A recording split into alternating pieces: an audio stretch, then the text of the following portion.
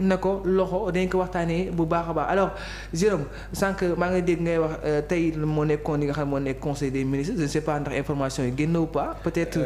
bu génnagul ñu commencé si li nga xam ne moo nekk Moustapha peut-être ci biir waxtaan wi suñu jotee communiqué bi incha allah dinañ ko baaxee mbokki internet ni mais. pour l'instant maa ngi suivre bien sûr la RTS mais ñoom ñoo ngi joxe xibaar mais pour l'instant daal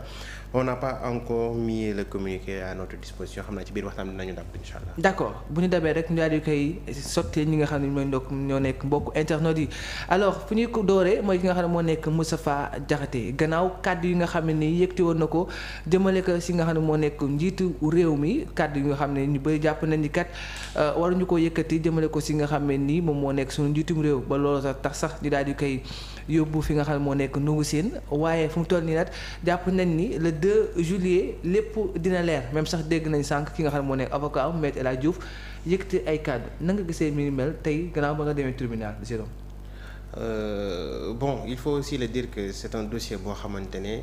depuis bi ma commencé commentaires yaa ngi ñëw commentaires yi déjà ñi dañ koy ñeneen dañ koy analyser dans un angle politique ñenn ñi itam il se limite juste au fait te nag parler de Moustapha Diakhaté sans pour autant parler de politique c'est complètement raté li nga xamante ne moom moo di sa analyse parce que ak loolu ko mënti waxal Moustapha Diakhaté c'est un acteur politique même su fekkee actuellement amul benn kuréel politique bu muy représenté ndax moom ginnaaw bi nga xamante ne bokk na PDS jógi fa ànd ak Macky Sall dem sos APR ginnaaw ga mu amee ay ñoñol ak moom dafa taxawal moom Moustapha Diakhaté benn kuréel bu mu dippee woon APR authentique parce que moom quoi qu'on puisse dire il fait partie des membres fondateurs de l'Alliance pour la République bañ ko fa dàkkee nag moom ak Moustapha Cissé Lo moom il a jugé nécessaire que ñu réclamer seen authenticité jëmee ci Alliance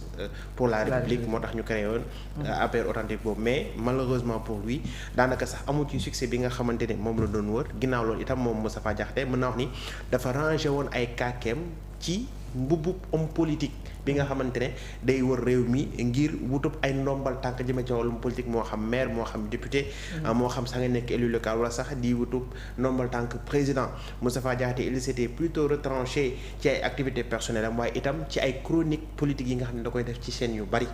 notamment Télé Sénégal bi nga xamante ne tey moom la ñuy nekk chaque samedi mooy def émission bi ñuy wax Tour d'actu ànd ceeg Fat Thiam Ngom ginnaaw loolu nag moom am na loo xam ne da koo def mu di ay critiques yu acer bu jëmee ci protocole bu présidence de la République ndax jàpp ne la nga xam ne moom la gis ci Diamniadio nekkut loo xamante ne woor ma la jëmee ci kilifa yi réew mi parce que quoi qu'on puisse dire tamit le président est une institution donc institution doo ko méngaleeg dara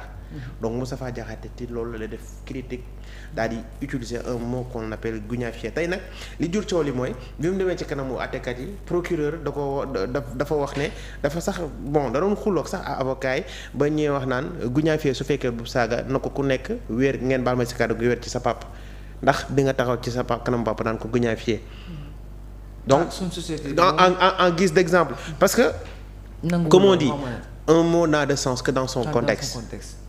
ñeneen ñi naan un mot n'a de sens que dans le contexte qu'il est employé mais tey dans le sens bi ko Moustapha Diakhaté employé moom moo ko xam ndax procureur tey bi mu ñëwee ci kanamu baar bi moom génne na ay xeetu signification yoo xamante ne guñaay fii am na ko ci te xam nga nag quoi qu'on puisse dire procureur moom. mais la majeure partie si wolof ñoom ñuy wax ñu jàpp na ne guñaay fii mooy maanaam.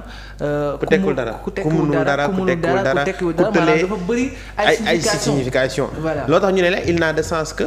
dans son contexte. donc c'est un peu ça procureur tey ñëw na nag jël ñi ci nga xamante ne il faut le dire parce que moom dafa bëgg a dugal Moustapha Diakhaté prison donc dafa jël signification yi nga xam ne ñoo gën a tar ñoo gën a métti yi nga xam ne c'est plus offensant taxaw jébbal ko àttekat yi ne kii lii la taxaw wax ci suñu njiit réew donc li nga xam ne moom la ñuy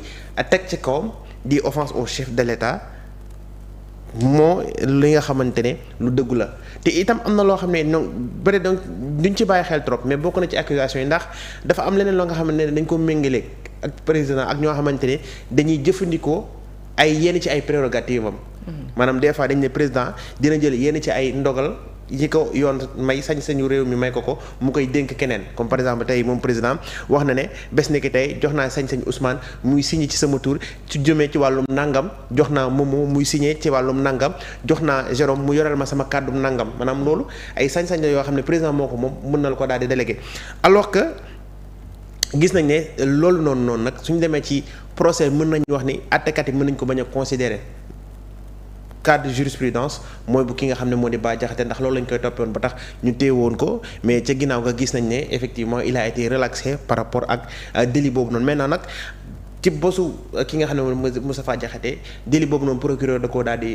di visé waat moo tax sax say may dégg Maître El Hadji Diouf di wax mu ne foofu noonu ils ont peut-être un peu de chance que ne ki nga xam ne moo di Moustapha Diakhaté moom ñu bañ ko daal di daan ci loolu mais ñi nga xam ne itam ñooy avocat Moustapha Diakhaté ñoom tey ci procès bi défendre nañ seen client wax nañ la nga xamante ne moom mooy pensé wu waxtaan jooju ndax ñoom jàpp nañ ne ki nga xamante ne moo di Moustapha Diakhaté te tey au lieu ñu koy jaabaa jongee diggante tribunal ak Rebeuss li ñu ko waroon defal kañ mooy defal ko ay teranga félicité ko kañ ko ne ko yow da nga xam république ndax bu ñu fàtte ne Moustapha Diakhaté nekkoon na président groupe parlementaire waaye itam nekkoon na ministre conseiller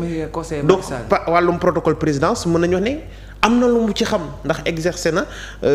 rôle boo xam ne day tax mu xam protocole waaye itam ba muy jàkkaarloog ñoo laaj nañ ko yow fan la ñu bind li nga wax ci protocole moom moo xamal leen ne protocole nekk loo xam ne dañ koy bind waaye lu ñu xam la lu ñu maîtriser la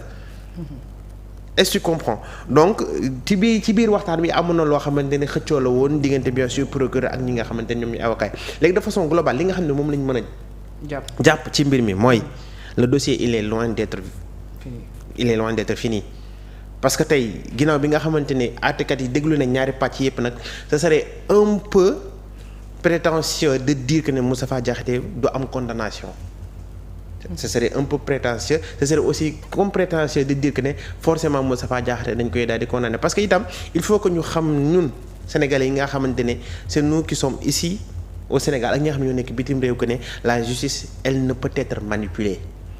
non justice kenn du ko manipuler man àttekat yi ma gis ce sont des hommes yi nga xamante ils sont intègres te ils ont eu cette patience cette quiétude d'écouter ñi nga xamante ne ñoom ñoo doon layoo ci procès bi ils ont pesé le pour et le contre te incha allah le 2 dinañ joxe seen verdict peut-être nag li nga xam ne man xaw naa ko dese comprendre mooy ca njëlbéen dañoo jàppoon ñaar fukki fan ak juróom ci weeru juin comme date de délibération mais après ñu gis ne dañ ko dàq lan moo waral ñu dàq boobu noonu bon nga xam nga gars yi rek non ñenn ñi ñoo ngi wax ay politique naan non c'est par rapport xam nga gars yi des fois c'est comme si que ñoom ñoo nekk ci xelu àttekat yi naan oui dañ ko bëgg a maintenir en prison comme ça suñu ko libéré rek fekk moom xaw nañ am prison xaw nañ def ay VG dama nit mais non il ne faut pas non man je ne pense pas que la justice fonctionne comme ça man ci sama xelu gàtt je ne le pense pas peut-être mais personnellement xalaatuma loolu xëy naa ni ñoom vraiment ñoom ñoo toog xam ba ne ñaari fan ci weeru juillet c'est bon pour ñu délibérer mais ñaar fukki fan ak juróom pour man itam nekkoon na date bi gën parce que tamit quoi qu'on puisse dire Moustapha Diakhaté war na xam fa lay féetee ndax dañ koy condamner ci li nga xam ne moom la procureur def comme réquisitoire parce que procureur ginnaaw moom def réquisitoire am dafa sàkku ki nga xam ne moo di àttekat bi mu daal di daan ki nga xam ne moo di Moustapha Diakhaté ñetti weer kaso yi nga xam ne da koy tëdd forcé ak alamaan gu 200 000. loolu la procureur sàkku ci Moustapha Diakhaté ci délit yi nga xam ne moom la visé fàttali ñi nga xam ne ñooy seetaan itam ne délit yooyu noonu. délit boobu na sax ku ñu ko topp jàppal ne yoon mën na laa tëj juróom benn weeri kaso jëmee sax ba ñaari at ça dépend ci tolluwaay kàddu yi nga xamante ni moom nga yëgati te alamaan yi itam 200 000 la ñu wax mais mën na dem sax ba juróomi million ça dépend ça dépend rek ci degré parce que il faut les délit ça dépend ci degré délit bi mais la plupart nag alamaan la plupart ay kii forfaitaire yu ndaw lañ ciy daal di nekk rek ay 200 000 ay yooyu noonu gën ngaa bëri quoi su nekkee si tu es reconnu bien sûr que pas pour l'instant c'est pas le cas de Moustapha Diakhaté mais en tout cas daal man li ma xaw a métti mooy il va rester en prison et pour une personne de son âge pour quand même c'est un peu difficile de rester presque soo xoolee on est aujourd'hui le 18 donc il va rester minimum presque 15 jours encore en prison alors qu'il a déjà fait li nga xam ne moo di une semaine ça fera presque 25 jours de détention pour man war nañ gën di baral mbir yi daal comme que ay flagrant délit war nañ ko mën di baral donc suñ ko àttee tey peut-être dans une semaine on donne le verdict s'il est condamné il reste en prison et puis après on en passe quoi. alors aussi comme ni ko Jérôme waxee ci ay kàddoom mag la majeure partie des Sénégalais loolu la ñuy wax nee na kii di Moustapha Diakhaté sax waratuñ ko teg loxo maanaam